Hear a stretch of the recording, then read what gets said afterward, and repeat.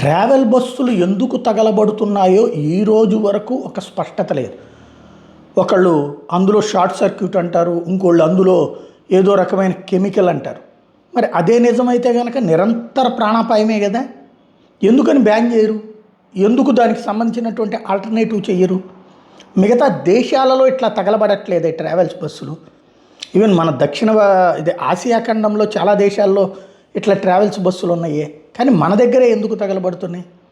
నిర్వహణ లోపమా, లేకపోతే మనం పట్టించుకోం కాబట్టి డబ్బులు పడేస్తే ఏదైనా జరిగిపోతుంది అన్నటువంటి ధైర్యమా?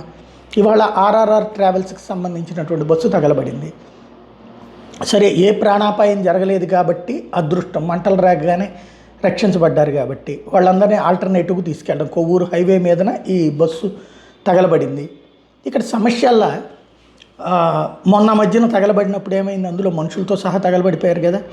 ఇంకోసారి సగం మంది మనుషులు అందులో తగలబడిపోయారు కదా. అయినా కూడా ఈ బస్సులు తగలబడుతున్న వాటిది ఆ క్షణంలో ఆ గంట ఆ పూట బ్రేకింగు, ఫోనింగ్, ఓ వార్త, ఖండన, అది కూడా ఏది చచ్చిపోతే ఖండన. అధికార యంత్రాంగాన్ని మానిటర్ చేశారు ముఖ్యమంత్రి గారు, రవాణా మంత్రి గారు, హోంమంత్రి గారు. ఎనఫ్ అయిపోయాయి.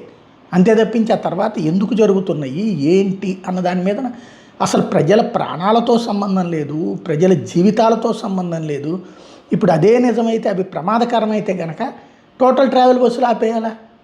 లేదంటే ప్రమాదం కాకపోతే ఈ బస్సుల వరకే ప్రమాదం వచ్చిందంటే ఎందుకో చెప్పాలి ప్రజలకి. జవాబుదారీతనం లోపించింది, పారదర్శకత లోపించింది, ప్రజల ప్రాణాలకి భద్రత ఎక్కడుందో అర్థం కాని పరిస్థితి అయితే కొనసాగుతుంది.